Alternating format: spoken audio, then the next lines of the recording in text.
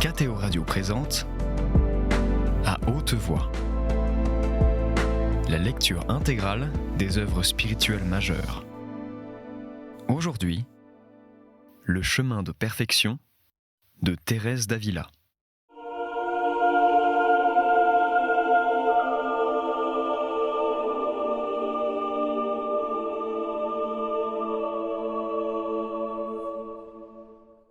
Vous ne sauriez, mes filles, trop louer Dieu de l'avoir abandonné.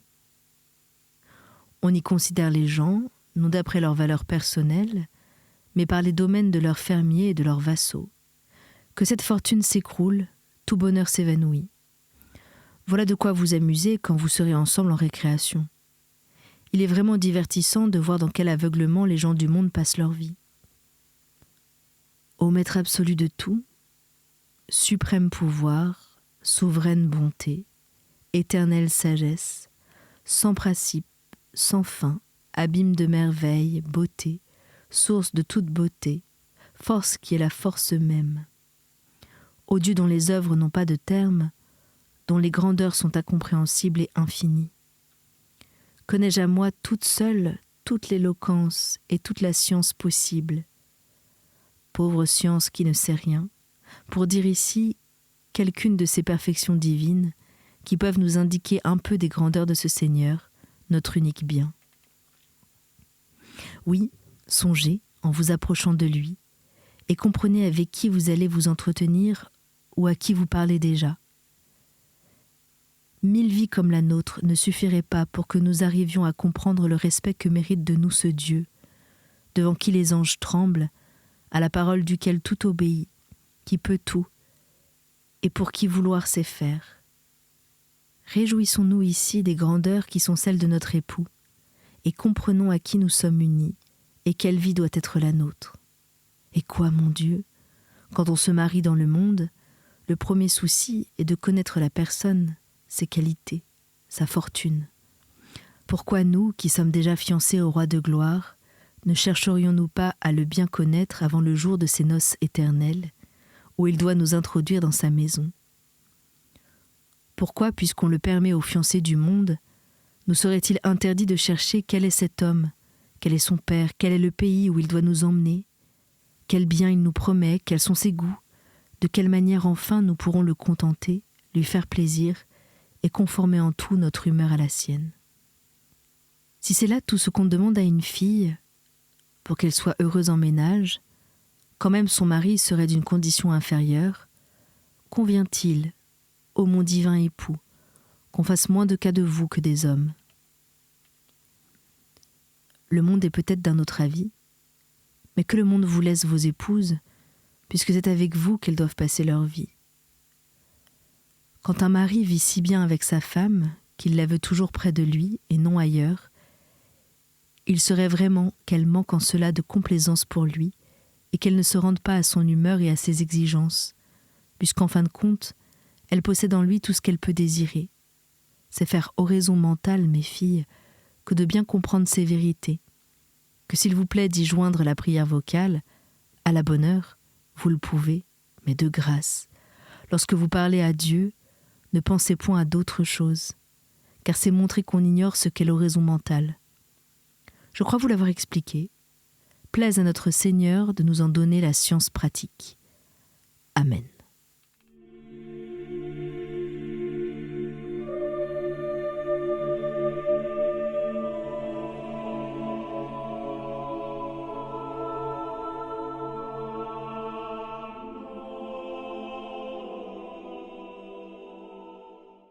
Chapitre 23.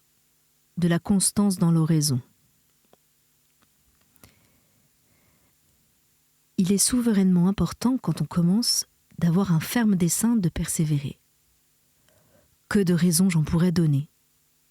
Mais pour ne pas trop m'étendre, je me contenterai de 2 ou 3. Voici la première.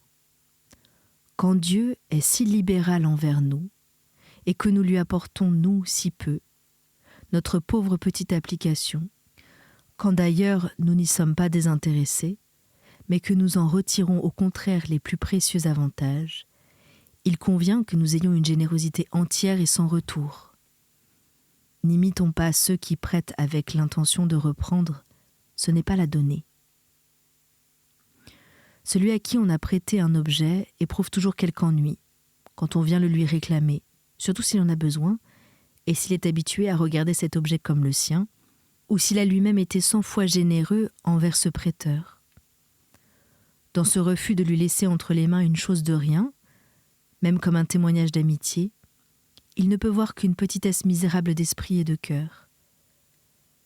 Quelle est l'épouse qui, après avoir reçu de son époux quantité de joyaux très précieux, ne lui donnerait un simple anneau, non pour son prix, puisqu'elle ne possède rien qui ne soit à lui, mais comme une marque qu'elle-même sera tout à lui jusqu'au dernier soupir.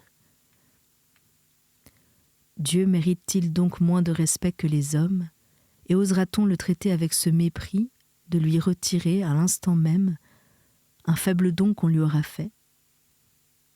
Hélas, nous consumons tant d'heures, soit avec nous-mêmes, soit avec d'autres, qui ne nous en savent point de gré. Qu'au moins ce peu de moments que nous consacrons à Dieu lui soit donné de bon cœur et avec un esprit libre de toute pensée étrangère. Donnons-les lui avec la ferme résolution de ne les reprendre jamais, quelque ennui, quelque peine et quelque sécheresse nous y arrive. Considérons ce temps comme une chose qui n'est plus à nous et qu'on pourrait nous redemander en justice si nous ne voulions pas le donner tout entier à Dieu. Toutefois, ce n'est pas reprendre ce que nous avons donné que de discontinuer l'oraison un jour, ou même plusieurs, pour des occupations légitimes ou pour quelque indisposition particulière. Il suffit que notre intention demeure ferme. Mon Dieu n'est pas étroit et ne s'arrête point aux minuties. Vous donnez vraiment quelque chose, vous le donnez du reste de bon cœur. Il vous en sera gré. Quant à ceux qui ne sont pas généreux, qui ont la main si serrée qu'ils ne donnent jamais rien, c'est beaucoup qu'ils prêtent, qu'ils fassent enfin quelque chose. Notre Seigneur met tout en compte et s'accommode à notre volonté. Dans ses comptes avec nous, il ne chicane pas, il est large. Quelle que soit la balance du compte en sa faveur, il n'y regarde pas et nous abandonne tout. S'il nous doit quelque chose, s'il est si exact qu'il ne vous laissera pas sans récompense, quand vous n'auriez fait que lever les yeux au ciel et penser à lui. La seconde raison pour laquelle nous devons persévérer dans l'oraison, c'est qu'alors il devient plus difficile au démon de nous tenter. Il craint beaucoup les âmes résolues. Il sait par expérience le dommage qu'elles lui causent. Il sait que tout ce qu'il fait pour leur nuire, tournant à leur profit et à l'avantage des autres, il ne sort qu'avec perte de ce combat. Nous ne devons pas, toutefois, nous abandonner à la sécurité, ni cesser de nous tenir sur nos gardes. Nous avons affaire à des ennemis perfides. Si d'un côté leur lâcheté les empêche d'attaquer ceux qui veillent sur eux-mêmes, de l'autre, ils ont un grand avantage sur les négligents. Remarque-t-il de l'inconstance dans une âme, une volonté chancelante de persévérer dans le bien, il ne cesse de la harceler ni de jour ni de nuit, et lui représentant difficulté sur difficulté, il ne lui laisse pas un moment de repos.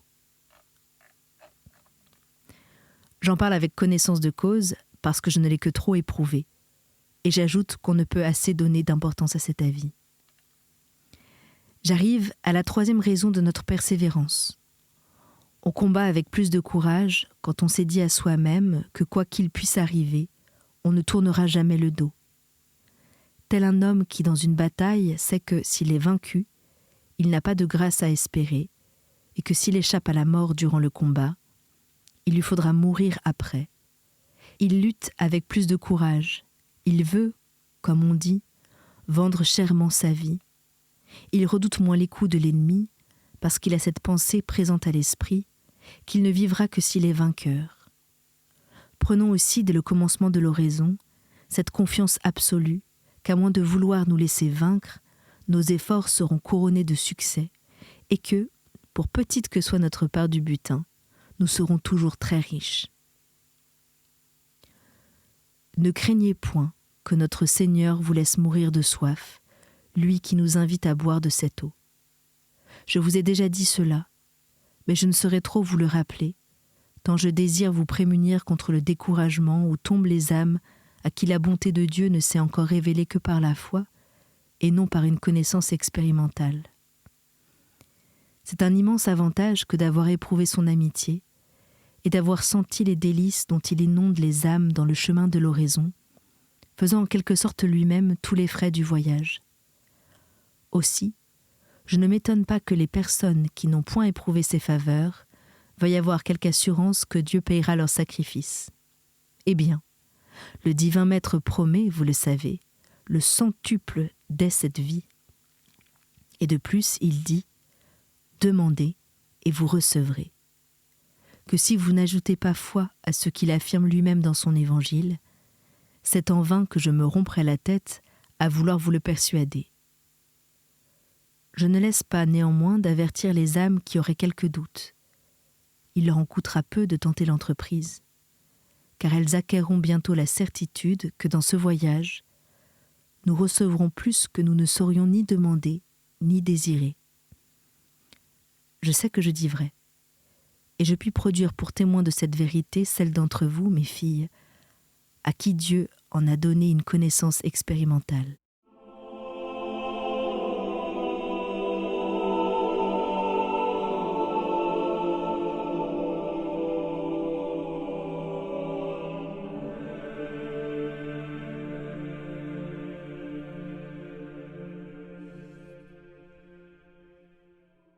Chapitres 24 à 26, la prière vocale. L'oraison, la prière vocale.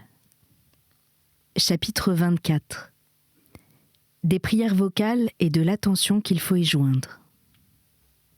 Revenons maintenant à ces personnes dont j'ai parlé, qui ne peuvent se recueillir ni fixer leur esprit pour la contemplation ou la méditation.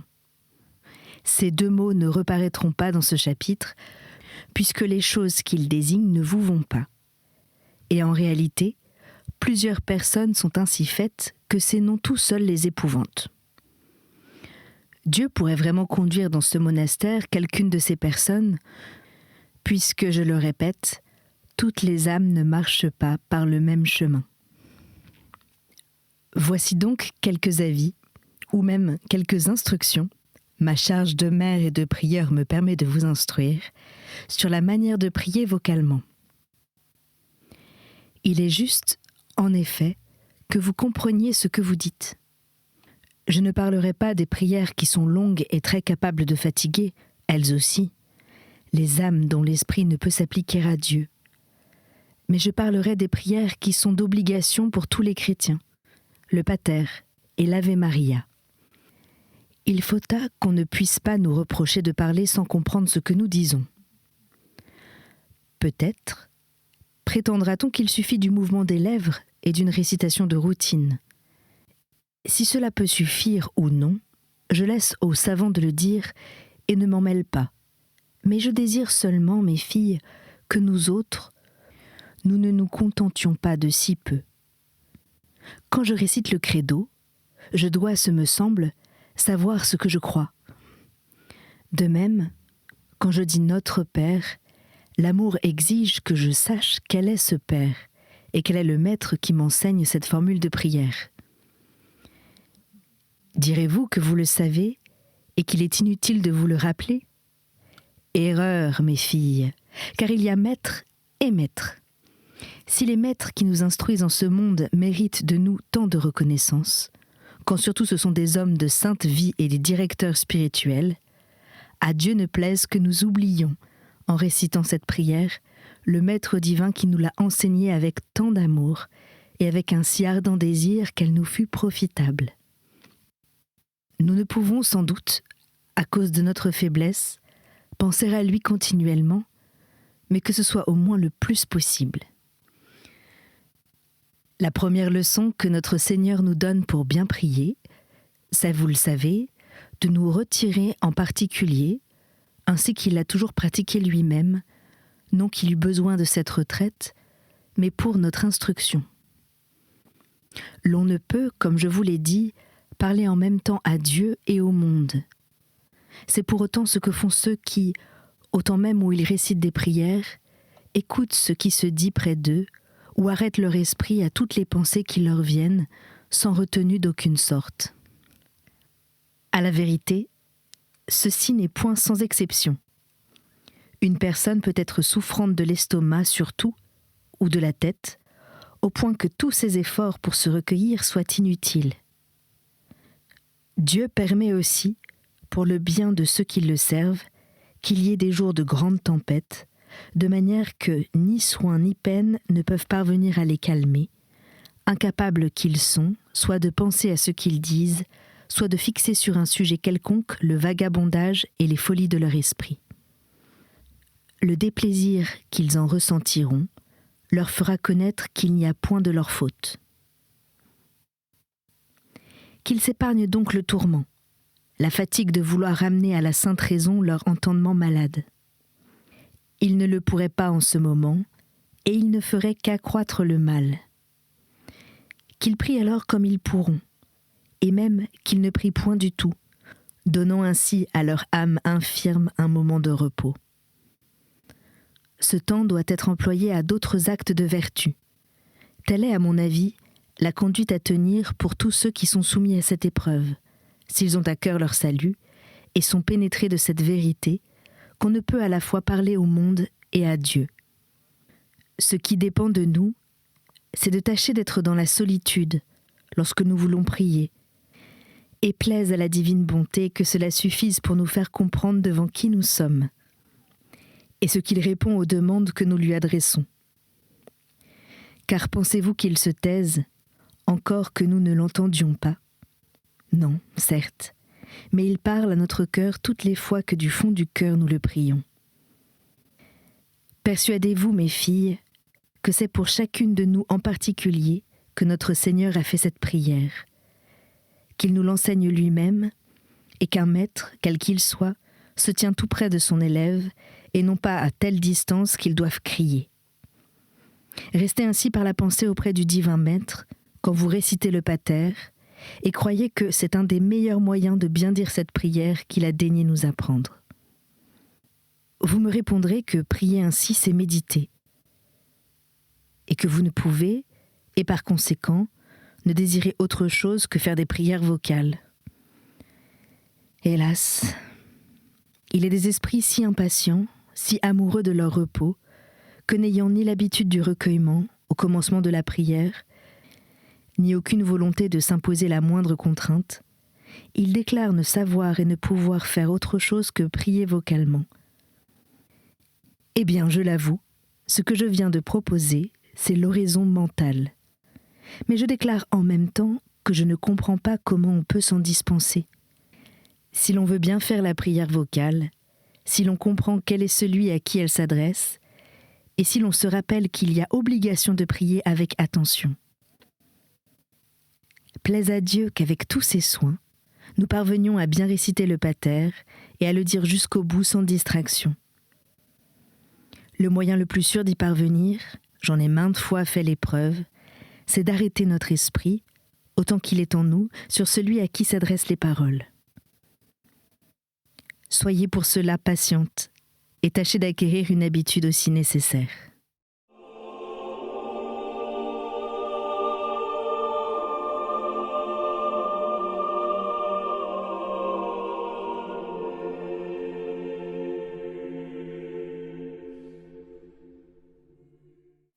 Chapitre 25. La prière vocale bien faite mène quelquefois à une oraison supérieure. Gardez-vous de croire que l'on tire peu de fruits de la prière vocale bien faite. Tandis que vous récitez le pater, ou toute prière, Dieu peut vous mettre dans une contemplation parfaite. Ainsi, ce grand Dieu montre qu'il écoute l'âme qui lui parle, et qui lui parle lui-même, suspendant son entendement, arrêtant ses pensées, lui retirant, comme on dit, la parole des lèvres, en sorte qu'elle n'en peut proférer aucune, sans un pénible effort. Elle connaît que le divin maître l'instruit, sans bruit de parole, tenant ses puissances suspendues, parce que leur activité, loin de lui être de quelque secours, ne pourrait alors que lui nuire.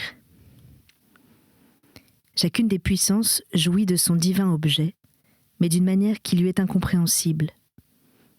L'âme se sent embrasée d'amour, sans savoir comment elle aime. Elle connaît qu'elle jouit de ce qu'elle aime, tout en ignorant comment elle en jouit. Mais cette jouissance, elle le comprend, dépasse absolument toute la portée du désir naturel. Sa volonté embrasse ce bien sans savoir comment elle l'embrasse. Et selon le peu qu'il lui est donné de comprendre, elle juge que ce bien est d'un tel prix que tous les travaux de la terre réunis ensemble ne sauraient ni le payer ni le mériter.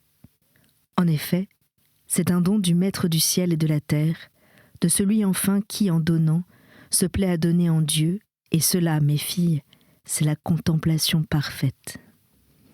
Vous pouvez connaître maintenant en quoi elle diffère de l'oraison mentale.